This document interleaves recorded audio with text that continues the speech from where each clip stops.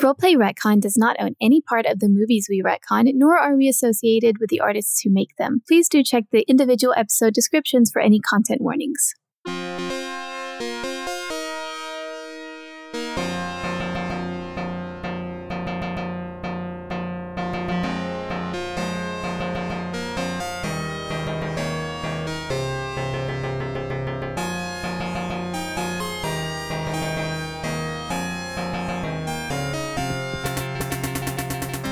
Welcome to Roleplay Retcon. I'm Benjamin Gray, he, him, you can call me Ben. On this show, we usually fix infamous flop movies with TTRPGs, but this is kind of a bonus episode where we do something a little different. If this is your first episode, that's fine, but just know that this is a little different than our usual thing. This is a remastered version of a formerly Patreon exclusive episode where we play I Have the High Ground by Jess Levine. It's a two-player game about the duel before the duel, the mental and emotional duel that leads up to weapons being drawn. I played it with Alex Blasius, my friend and fellow host of Roleplay Retcon, and we had a lot of fun and played it pretty much out of the box. It recommends you read the rules before playing, but I only got like halfway through it before we had to start, and we still didn't really have any significant trouble. This is a great game if you've got a friend and a couple of free hours. We play as the player characters from the 90s Sega arcade game Altered Beast. If you don't know what Altered Beast is, I recommend you go watch like a playthrough of the first level on YouTube or something so you get the gist. But it's a weird side-scrolling beat-em-up where you play as two beefy dudes who are revived from death by a god to go save his daughter from a weird devil guy. And they can power up into humanoid beast forms with crazy ass-kicking powers like fireballs and shit. It's great. There's a video version of this on Patreon, but this edit is a little snappier. And the only thing you really need to know visually is that we are both wearing capes that we like dug out of our closet because that's part of the game. If you like this, go listen to some of the other series we made. If you're not new here, a little update for you. We've been talking about our next series being Sucker Punch with Megan Cross, but we've had some scheduling conflicts and we're just not far enough along in that. So we're making another series first, remaking the 2017 Norwegian thriller The Snowman with some special guests. So that'll be the next episode that drops. All right, on with the duel.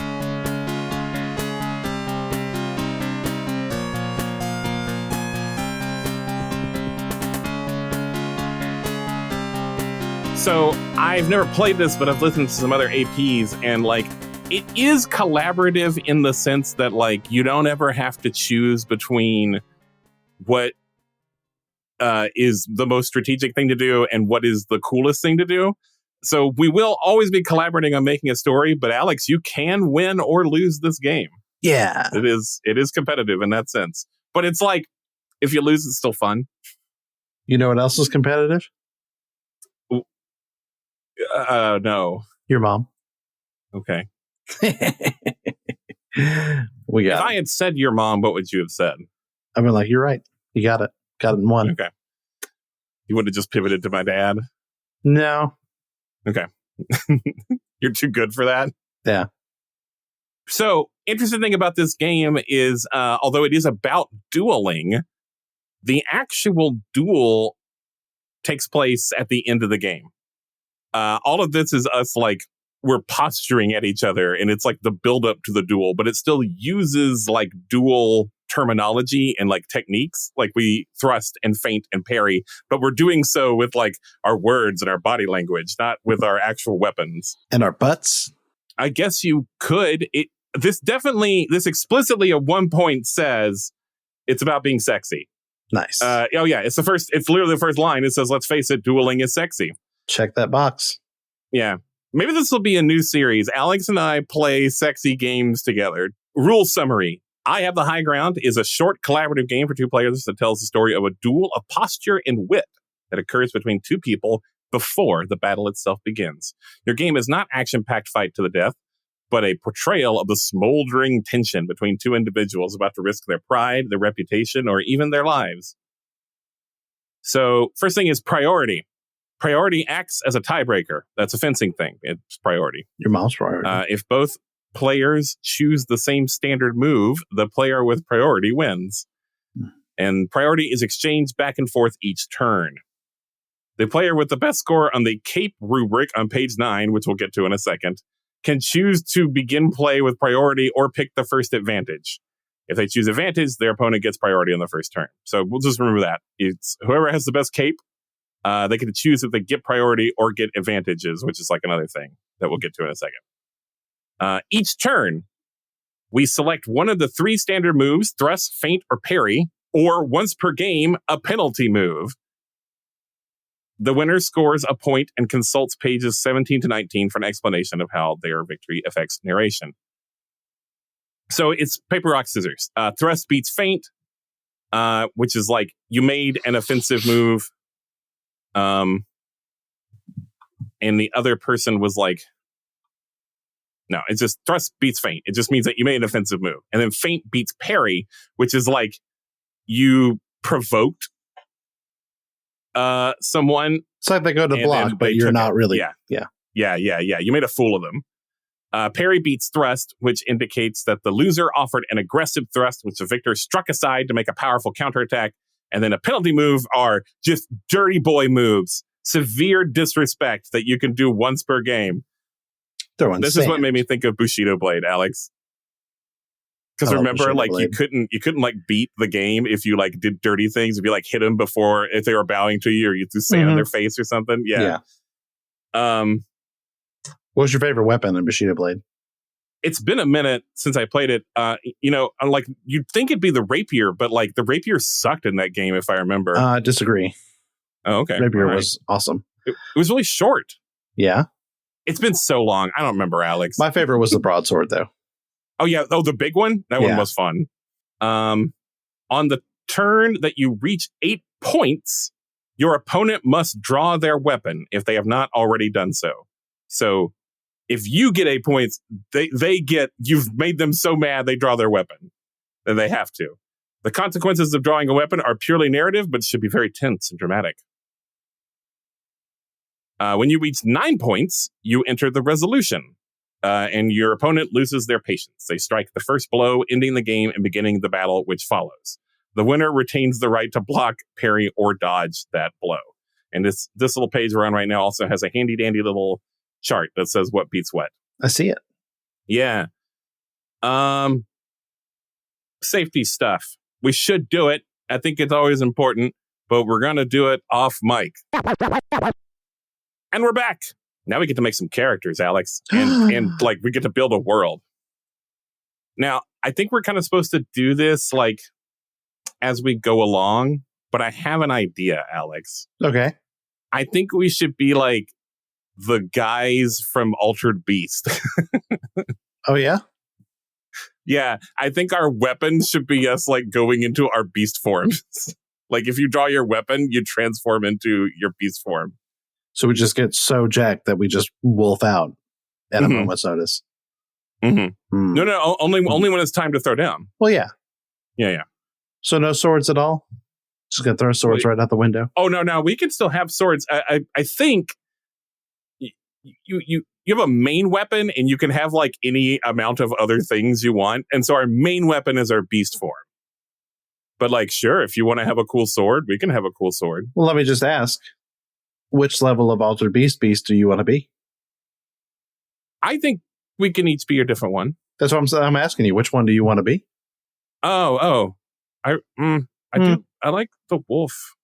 You like either the wolf or the bear. Bear's pretty good.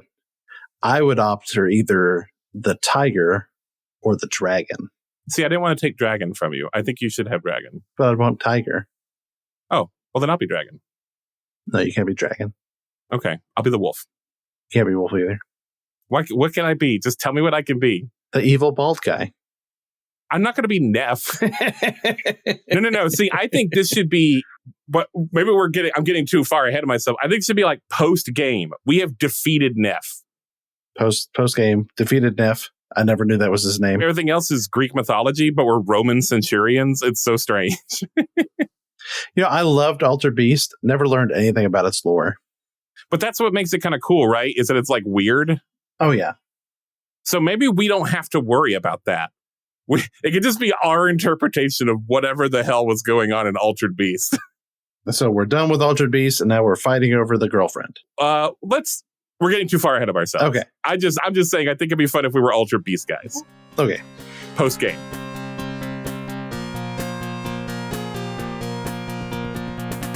So genre. What setting does your duel occur in? Choose one option together. So yeah, I feel like this is like... It's pretty fantasy. Yeah, fantasy, like pseudo Greek mythology. Pseudo mythological. Our dad is God, and he rose us from our graves. Which one? I don't know. Zeus? Poseidon? Hades? Yeah, okay. I was just thinking like God. Like Demeter? The one God, Alex. You know? Shizu? No, this one had a beard, like a big white beard. And Jesus was more of he was 30, so he didn't have a white beard. He was born a 30-year-old man. I really don't want to get super I'm just sacrilegious. saying, if it's Greek mythology, it could be any of those dudes. Well, who do you want our dad to be? Easiest answer is Zeus. He slept with anything under the sun. It would explain why we're demigods. Yeah. I think that's all we have to get there. Like, we're in ancient Greece. But for some reason, we are Roman centurions. And our dad, Zeus, rose us from our graves. So then would he be Jupiter? You know what? We don't ever get into the stolen Roman mythology enough. Maybe it's time we did.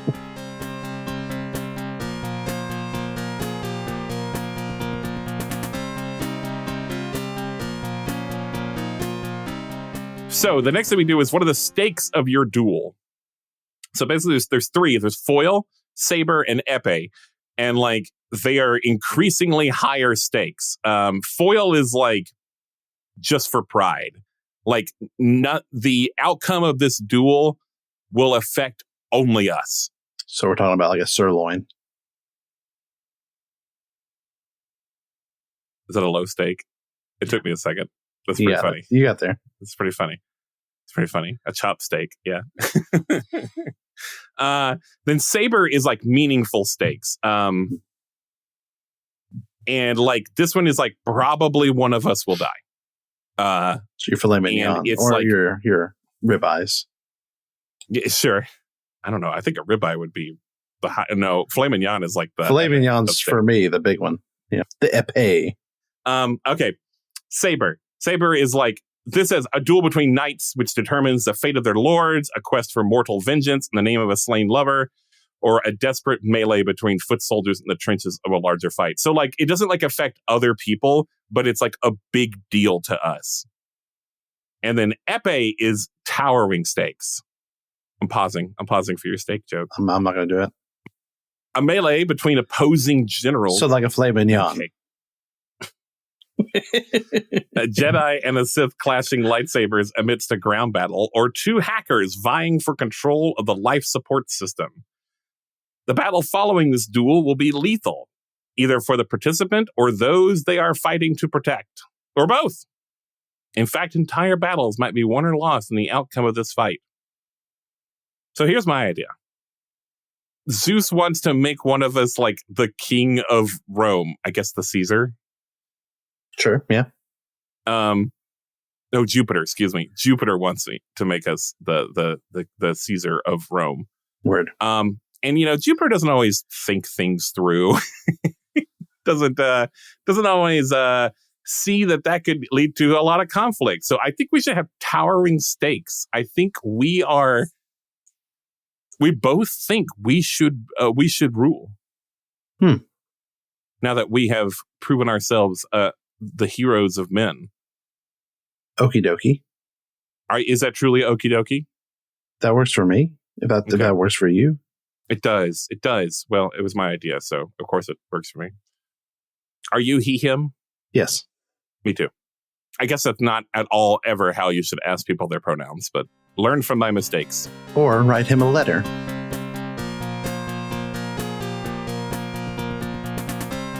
Okay, history. Who are your characters to each other? We're going to come up with our history now. This is the first time we're going to establish concrete backstory for our characters, and it's okay to move forward and revisit this question to add or change an option. However, it's recommended to make at least one selection up front, as this will help narrow the vision of your character's relationship and provide a jumping off point from which to establish other details. So, like, yeah, this is one place where we really, I think, get to mess around a little bit because they're not exactly characterized in the game very much. So we're Roman soldiers. Okay. That have beast-like properties. Yes. Who are going to fight each other for the leadership of Rome. Yeah. Are we Remus and Romulus?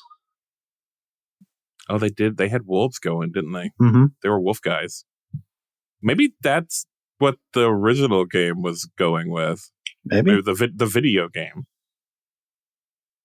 Oh, do you want to like name our characters that? I was just asking. That's okay with me. Sure. Do you want to be Remus or Romulus? Romulus. I like Remus. I like the shorter name. All right. So we get to choose one or two options. So I like... former allies. Former allies is good. But I like the idea, like, so when Jupiter said, rise from your graves, like, we didn't know each other. And we had to act quickly. So we kind of, like, learned each other on the battlefield, right? Well, I mean, if we're Remus and Romulus, we're brothers.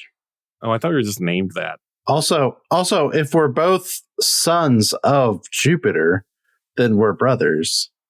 But former allies. Do you want to do a second one? Is there mutual respect here? Absolutely not. Or maybe unrequited respect? Definitely not. We gotta. Okay, Alex, do you have dice near you? I do. Always. Do you have a D20? Of course.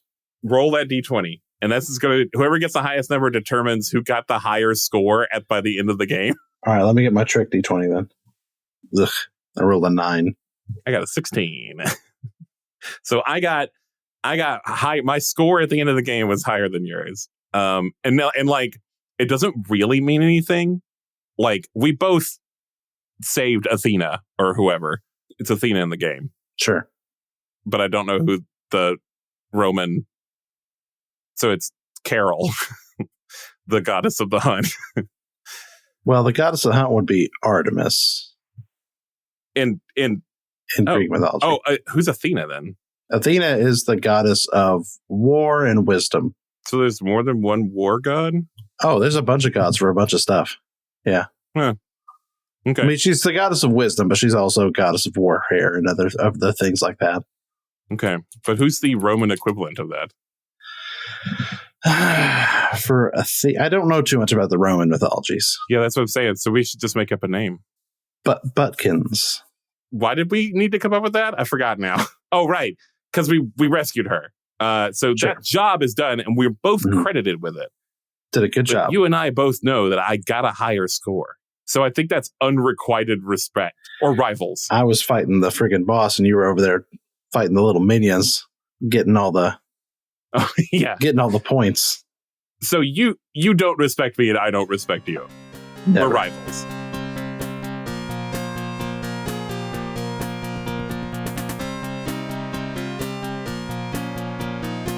Descriptors.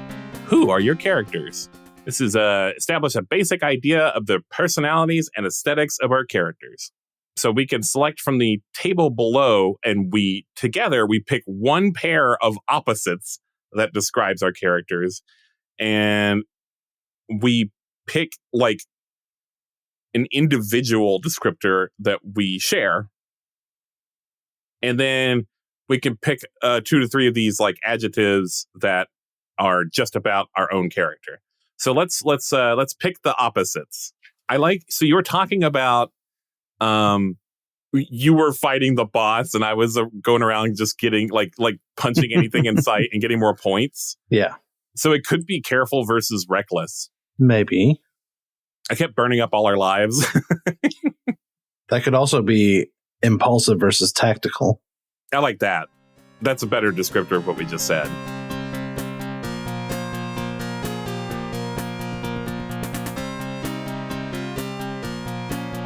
Now we're going to pick something that we both are. We're looking at a table of a bunch of different opposites, and we're just going to pick like one half of those opposites that describes both of us. Flamboyant. Yeah, flamboyant. I feel like flamboyant was such a mistake to put in here because like everyone is going to pick that forever. You're like, why would I not? Why would I not do that? I Let's mean, just we are flamboyant, though, aren't we? Like, I feel like we're very like, I will be Caesar of Rome. Tell you what we need to be. What? Just to make it super confusing, we'll be ironic. But I don't know. I can't play that. Famous? We're both famous now. Famous. And it's gone to both of our heads. Okay. And now we're going to pick a couple of other things just for ourselves. Okay. I'm going to be infamous. You can't be famous and infamous. It's a joke. Yeah, but I can't trust you, can I? I'm impulsive, passionate, quick, and wordy. I am tactical, cunning, vengeful, and imposing. I feel like those two guys in the video game are like pretty similar, and we've made some pretty different guys. Maybe.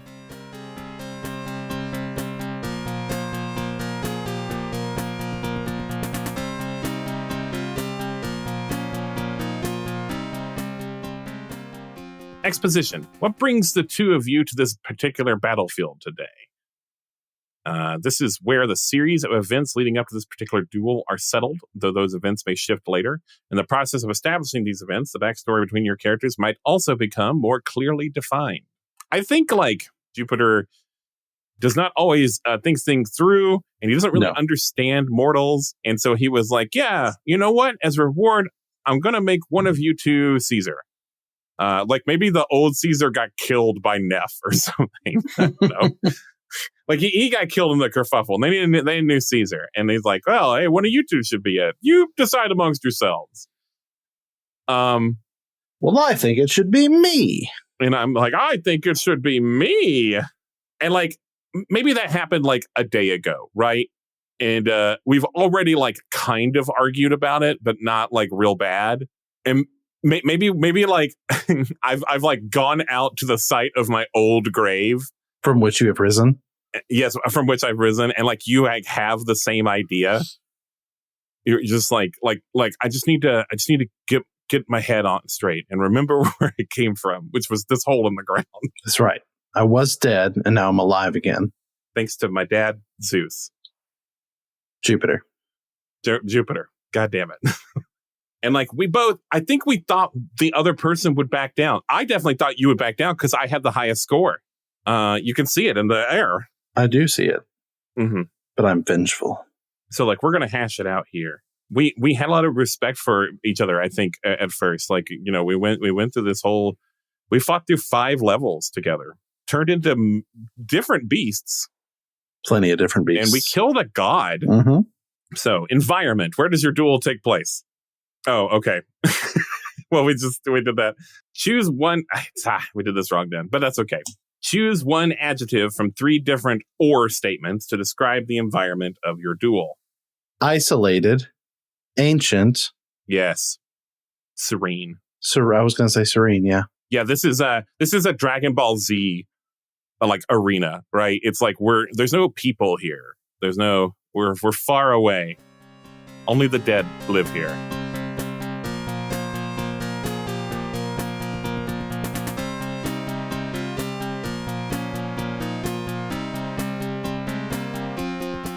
Character. We've already done a little bit on our characters, but we're going to do a little more now. This is the part where we do the capes. So cape. Are you wearing a cape? And if so, what does it look like? So players reserve the right to decide the answer in secret, as their cape choices will affect who picks first advantage and who receives priority. Alternatively, both players may agree to discuss their capes beforehand. If a player opts to wear a cape, they must describe it in detail. So yeah, after unfurling your capes and revealing their descriptions, evaluate your capes in the rubric below. So kind of look at that cape rubric, Alex, and like think of your cape. And I think we should, because, you know, it's a podcast. We should why not? Talk about our capes. But I mean, like, I think we should come up with them kind of in our heads and then reveal them to each other. Or are we imagining fictitious capes, not the capes that we're wearing currently? It's a little of both. But you're creating a cape for your character. Okay. But the cape you're wearing in real life, it does factor into this rubric. Okay, so let me think of a cape. Are you player 1 or player 2? Whichever the blue one is. Yeah, okay. Yeah, I think player 1 is red. So you could be player 2, yeah. We're going to go through 5 rounds here. Mm-hmm. And if we tie on a round, we go to the next one. Like the next, and the rounds are just like criteria. So the first one is whoever opted to wear a cape, which we both did.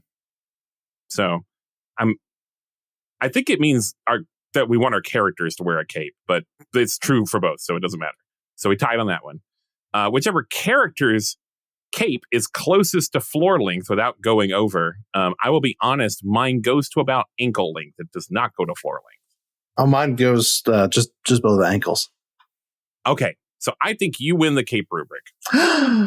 So you get to either have priority, and that means if we both pick the same like rock, paper, scissors move, victory goes to the player with priority. I gotcha. Or you can choose an advantage, which is on the next page. And I get whatever you don't pick. I'm gonna go with the advantage. Okay. So let's go through advantages. In what ways does your character have an upper hand in the battle, which will follow your duel? So remember, at the end of the game, we fight, and you're going to pick an advantage that will help you in that fight. Yeah. So there's this list of advantages, and I think you just get to pick a bonus one right now. Nice. Right? No, you'll be the first to choose. I mean, God, if I don't pick the high ground. You don't have to pick the high ground. I picked the high ground. Okay, all right. Obi-Wan taught me well. I'm going to choose superior weaponry. And my cape, by the way, my cape on my character has, I won't reveal all the details, but it has a gold wolf pin because I think I want my beast form to be the like super wolf from the end of the game. Nice. Yeah, so I'm the gold wolf. That's my superior weaponry. I was like the silver wolf anyways. I'm going to be your worst nightmare and I'm going to be taller than you. Ah! I'm just a little boy. I'm just a little guy. I have a more accomplished record because of my score.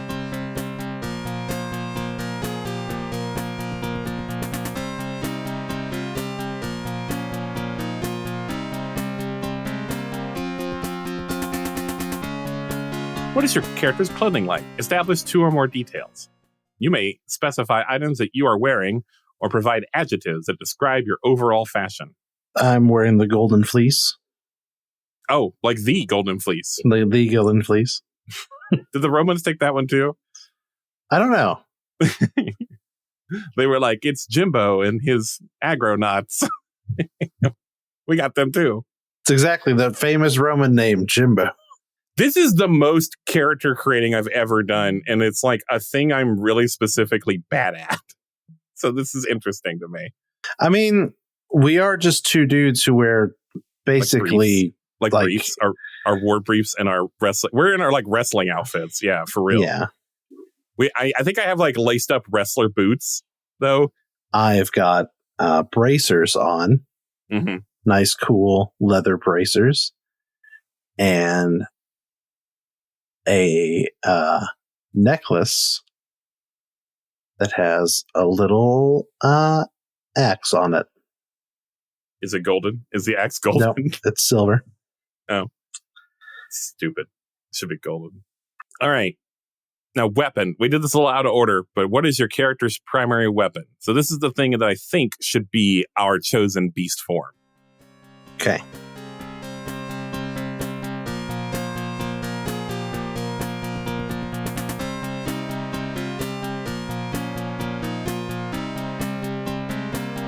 Inventory. Now, hey, if you want to have like this, I think this is the thing that you could have like other weapons. Like if you really wanted a sword, you can definitely have a sword. So you choose 2 or more items on your person. Mm-hmm. I think I'm with you. I think I want to have like a fancy ornate sword that like I don't really need to fight with because I have beast form and my punchies. But I would love. I have like this like gold lacquered sword on myself. Yeah. I also have a cool sword, but my cool sword is spelled with a K. Oh, the word cool. I was like, sword doesn't have a C or a K in it. It's called a scored. It's a sword. Is yours gold like mine? Silver. It's silver. I just said it was silver. So we're still like very similar, but our color palettes are different still. I'm gonna just go ahead and already have a crown. Like I've decided I'm Caesar, and I know that Caesar has like a laurel thing on his head, but no, I have a crown. Okay, you have a crown. I have a gun. I'm like, what is that? And you're like, I'm not actually sure, but it looks dangerous. But I bet it'll fuck you up. I was told I could defend my rights with it. I was told that somebody was coming to take it away from me, and I was not going to stand for that. Somebody said that I had a right to bear it. And since I have a bear form, I figured it'd fit. I've been a bear. I know. I've walked a mile in their paws. I don't know why it's so funny, but it is. Like I'm in the middle of like being like I'm explaining why I was like I have already decided that I should rule. What is that?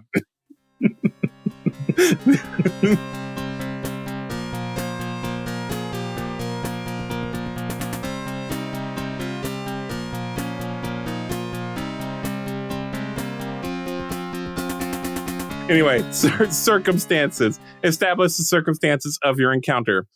Like, this is like the elevator door opens and our eyes meet kind of thing. I think we kind of already said this. Like, we both rise from our graves. Yeah. Yeah, like, I couldn't get any sleep. And whenever I can't sleep, sometimes I'll come to my grave. Just go lay on our graves. Yeah. Like, we'll unpack that later. And so, like, we both, it's like dusk, and we're, like, coming to read a little bit before it turns dark and have a sleep in our graves. So like, is one of us like already there? Probably. You're a tactical person, and I'm more impulsive. So like, you're a person with a plan, and so like, maybe you're like reading a book or something.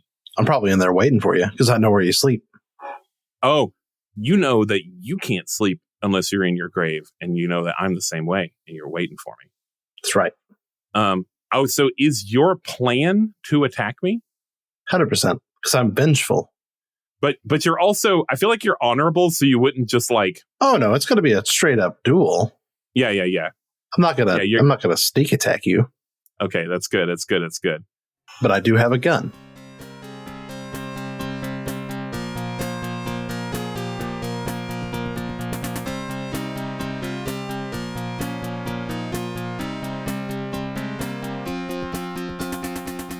Read the play section and choose a move. Determine how that initial contact resolves based on the result of those moves. Yeah, we're each going to like kind of secretly choose thrust, feint, or parry. And like, we're just going to trust each other, okay? If you're playing in person, it recommends you have like tokens that you like reveal dramatically, like you open your hand. We're just going to trust each other, okay? Do you have dice? Oh, I have dice. So a D6 thrust. Okay. A D8 feint. Okay. D12, because I know you love them. Parry. Let's do D4. Fine. D4 should be thrust. Okay. D4 thrust. D6 feint. D12 parry. See, because it's like, no, D8. Well, I mean, because the D8 looks like the two swords crossing then. Sure. And I don't know why I've made this difficult. I just wanted to make 3 very different shapes. Oh, we'll do D12 then. That's a good idea. D4 is thrust, D6 is feint, and D12 is parry. So yeah, we're gonna choose now. So like, what is a feint, Alex? Like, I know what it is in the game, kind of. Say we're fighting, right? And so I go to attack you, so you go to block it, but I was never intentionally doing this for an attack. So it's a feint. So I'm like this, and I come back real quick. So you're blocking, and I'm like over here now because I've feinted you. I've offered you something that I'm not committed to. So I have priority right now. We also need to make a note of that. And you'll get it next turn. As a matter of fact, we're going to say the D10, even though I hate it. If you, we can you can put the D10 in front of you, and that means that you have priority. Okay, no. I picked. Well, reveal. Rise from your grave. Oh, we have both thrusted. Now, we did not necessarily actually thrust at each other. Although, since we have swords, we could actually do that. Because we're super demi-humans now. A sword is not going to kill us. So it kind of, a sword, stabbing me with a sword would just be a gesture. So I have priority, which means I technically won that. Cool. Okay, so I got a point then. And I say, look, it's the second place winner. The second strongest man in all of Rome. He's here.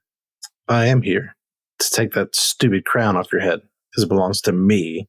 Do you like it? Are you jealous? No, I just don't like you wearing it because it looks stupid. But you are a little bit jealous, aren't you? You do like it. Of course I'm jealous.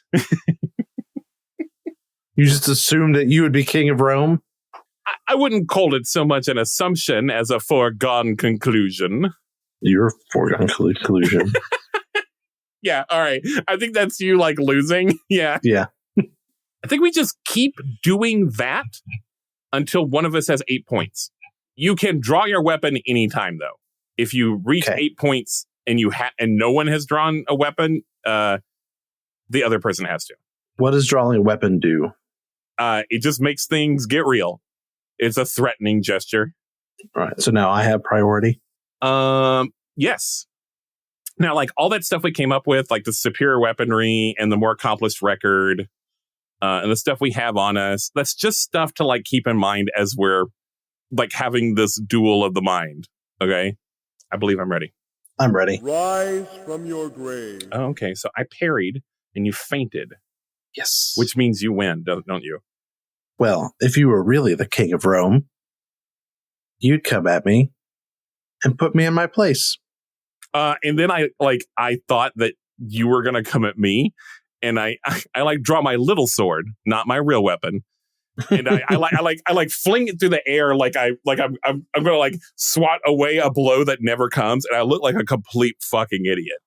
And I'm not good with a sword. I've never used one. We're huge, cute dudes that punch people's heads off. I've never used a sword. Rise from your grave. Did it happen again? Yep. Did it happen again? It happened again. So I played parry, and you played feint. What happens, Alex? I make a flourish with my dueling cape. Oh, what does your cape look like? A dueling cape is a kind of... Do you know the cape that Ezio from Assassin's Creed 2 had? Yes. It's a little it covers one side of your body. That's the best kind of cape. It's blue with silver trim with a rampant griffin on the center of its field with 3 arrows clutched in its talons. And I make a flourish with this dueling cape, and you think I'm about to whip something out at you, and you stumble back into your grave and fall into your grave. I would like to say I do what I think is going to be a cool Dark Souls style dodge roll, but yes, I go into my cave. My grave. I've done that thing when you're Dark Soulsing and you're panicking way too much and rolling way too much. And that's what I've done. Fall in your grave. Rise from your grave. Oh, but you have priority, don't you? I do. So we both did feint. Wow, you might be really good at this. You were like, rock, paper, scissors, and then it goes your way spectacularly. Let's say I offered you a hand out of your grave, and when you were just about up, I let go and you fall down in the grave again. Okay. Because you were about to do something I was helping you pull out of the grave. You have priority now. All right. I'm ready.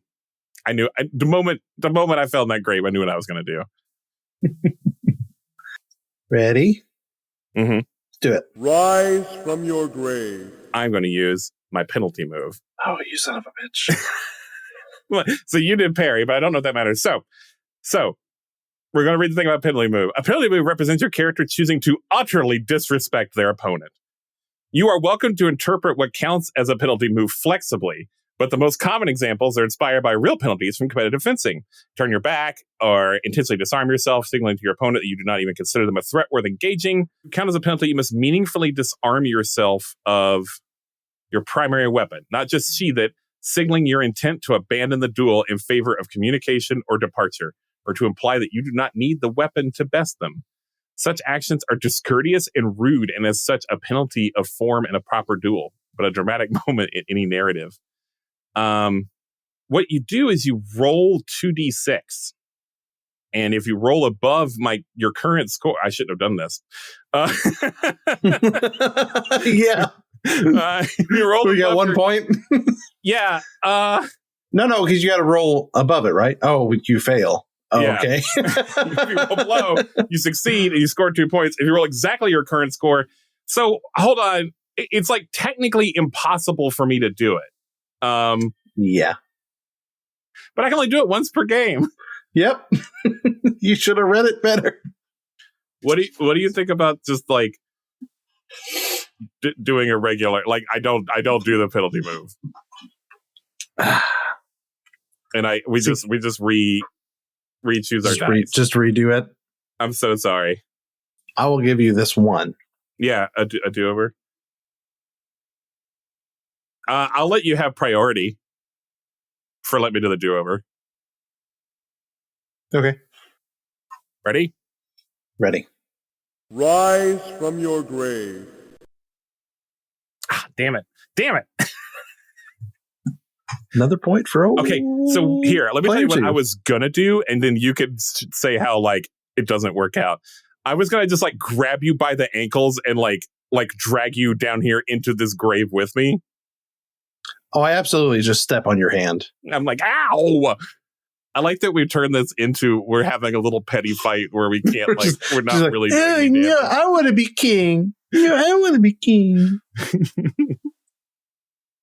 We literally fought through the underworld and now we're reduced to this. We have gone to hell and back and it's done nothing to make us better people. So you now have priority again. Yeah, how many points do you have now, Alex? 4. I have 1, by the way. Nice. Okay, I'm ready. Ready. Mm-hmm. Do it. Rise from your grave. Ah, shit. I finally won one with a feint. I take a break from the actual like slap fight we've been having, and I say like, why do you think you would be a fair and wise ruler? Like it seems like I'm not attacking. Like it kind of seems like an attack, but it sort of isn't. I'm letting you attack yourself. Because I'm cool and I'm blue and I got a cool cape. Look at it; it's super nice. And, I mean, look at my cool gun. I don't know what it is. It's like metal. It's like a piece of metal.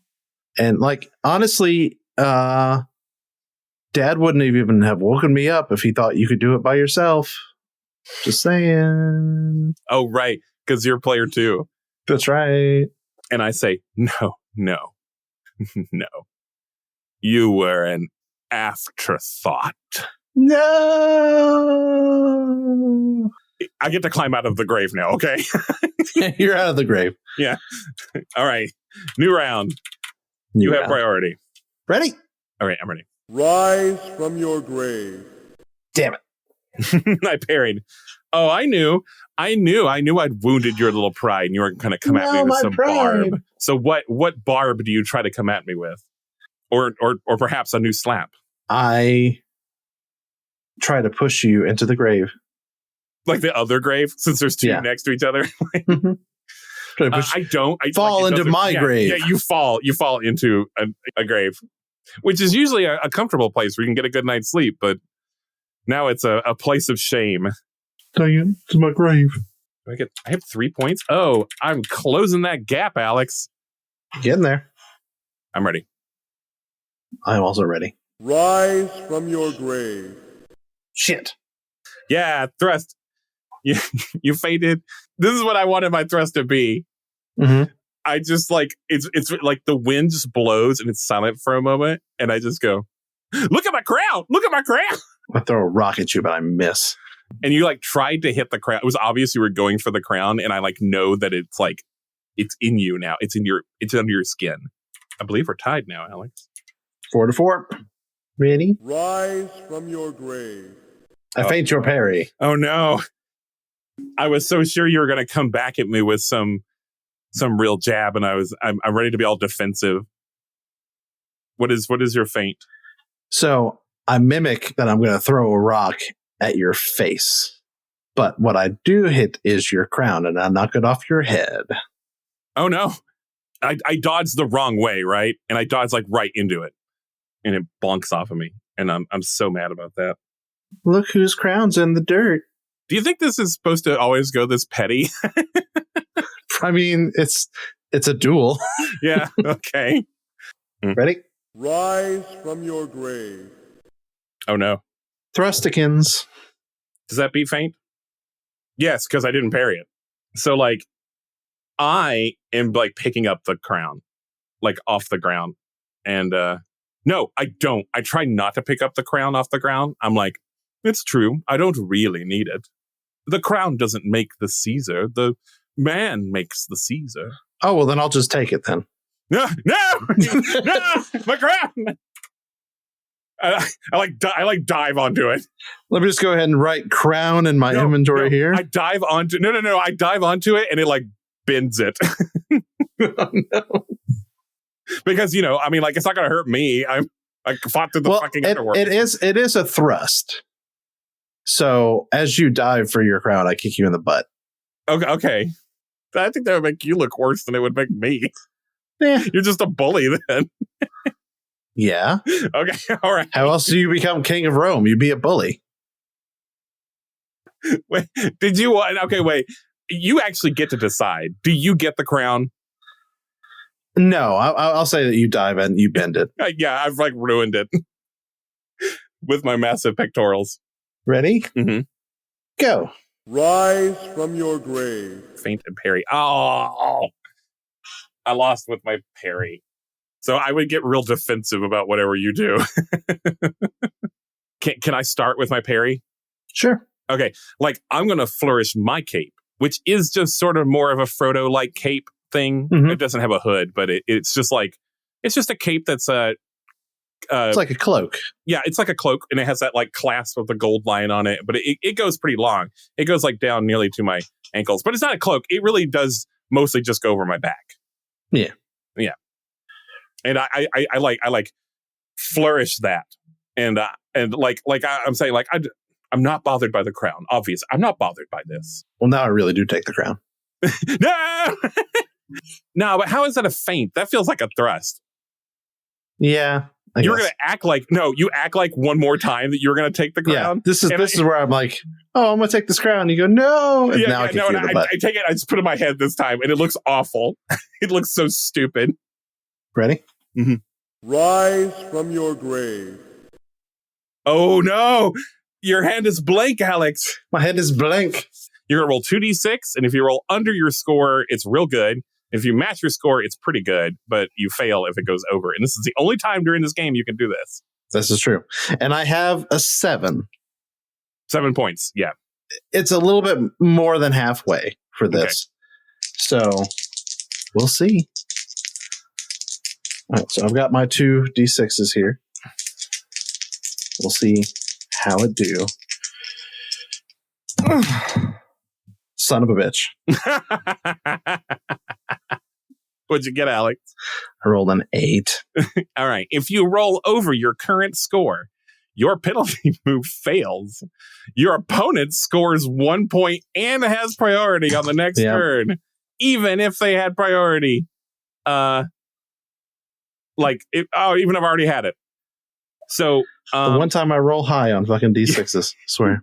Either way, you incite a response from your opponent, but the passion that you provoke elicits such an intense retort that you are compelled to turn back around or retrieve your weapon and display serious vulnerability. Your reactions should surpass the intensity of standard move laws and be at least as fervent as your opponents would have been if your roll had succeeded and your insult enraged them. So you have to discard your weapon in some kind of you meant to make it out like I wasn't even worth dueling. I lean over your grave and I just vomit up 3 blue orbs. The little floating orbs. Just go. Get. You get significantly smaller. We were already at like 2 orbs, right? We were like huge, right? Yeah. You're not even worth it. And I turn to go. Then I am Caesar. Fuck, I want to be Caesar. God damn it. And I run back. And I get my orbs and I go, nom, nom, nom, nom, nom, nom, nom, nom. No, what I do is I'm like, you son of a bitch. And I run across the grave and I kill 2 blue dogs. The 2-headed wolves. The 2-headed wolf dogs. And I take their orbs and I'm like, nom, nom, nom, nom, nom, nom. And I get but you also beefy. you get like hit a bunch on the way over doing it. Like you do a really bad job.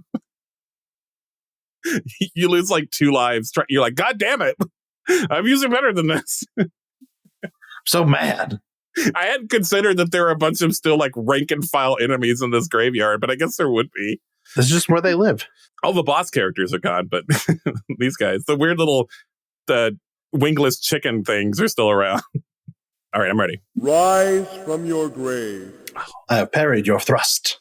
So what I was going to do is I was going to be like, if you want the crown so bad, you can have it. And I was going to just like throw the bent crown at you. And I take out my gun and I shoot the crown. Like out of the air. Out the air. Even though like you didn't know what a gun was. You're like, oh, that's what it does. Take this. And I'm like, and I drop the gun because it scares me. But I didn't see, but it's so loud, it also scared me. So I didn't see you be scared. Yeah. I was like, no, I was so brave. So brave when I did that. What? What? Why is the gun so funny? Guns are like the least funny thing. Why is this so funny? It's because guns that show up unexpectedly in places they shouldn't be is funny. That, you know what? That's true. Okay, all right. Go. Yep. Rise from your grave. Son of a bitch. Yeah. I'd literally go like, and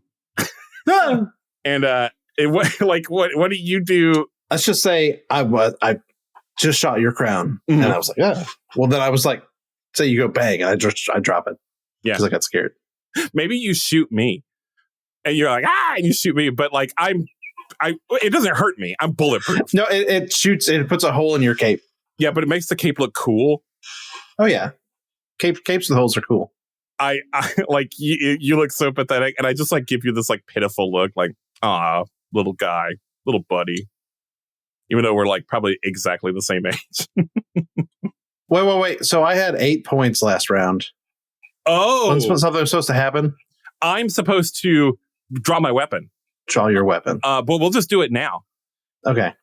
And so I'm like, we'll say, even though you're the one that looks sheepish, like I got like so angry that you've put a hole in my cape that I go beast mode. I turn into Gold Wolf. I go, rah, rah, rah, and it goes to that screen where it's got all the flames and stuff on it. Yeah.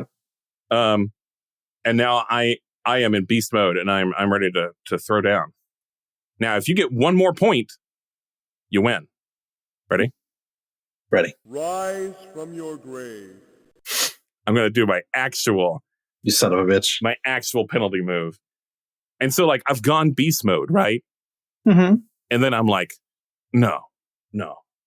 I wouldn't waste a good beast mode on you. And I know I don't like... Since it's going beast mode, I don't like go out of beast mode, but I just like turn around and walk away from you. I'm going to go find something cool to kill, not you. Aw. I'm cool. I'm killable. So I'm going to roll my 2d6 now. So how many points are you at right now? I'm at 6. 6. I have rolled 6. So that's meets. Your penalty move fails in an unexpected way. So your opponent scores 1 point, and you get priority. You still have it. So that 1 point would give me 9 points. Yes. So let's see. Let's see if it's got a... Yeah. If your opponent reaches 9 points and wins the game, your opponent's response is integrated into the resolution, which we'll get to in a second. In a typical resolution, the loser strikes the first blow and the victor may block it. When you roll exactly your current score, your opponent strikes the first blow and you cannot block it. Your insult creates dire consequences for you in the battle that follows. Oh yeah, so this is the thing is like, if you win this game, you may not necessarily like narratively win the battle. Okay. So I say you turn around in your wolf form to go whack. I go into tiger form and I just like gank you in the back. Oh, we have lost all pretense of honor. Oh yeah, no. This is for king, baby. Yeah, we have become animals. 100%. Yeah. All right. So yeah, you like it. You like hit me in the back, and it like if a tiger hits you in the back, it's not great. Even if you're a humanoid wolfman. Even if you're a gold wolfman. Do you like viciously like kill me? 100%. Yeah. I'd tear you to pieces. Like it's not even a fight. I have no opportunity to respond. Nope. But like you like never become a human again. Like you're just like how about that? No. I am the Roman Tiger King. Yeah, you're still king though. Yeah. You're still wearing your cape. I'm still wearing my cape. I've got a gun. I'm wearing a bent crown. Can you speak like a common man's tongue? I do, but I speak like this. Okay, so you try not to. I'm a big tiger man. You tell your orators what to say in your stead, and you act like you can't talk. 100%. All right. Well, that's I have the high ground. We did it. I had the high ground. Of course, you won. It was close. It was. I had 6 points at the end. You had like a real run there at the end where you really got it. And my stupid in your brain move failed. That's right. And now I'm going to go play Altered Beast. Bye, everybody. Bye, everybody. Bye, kisses.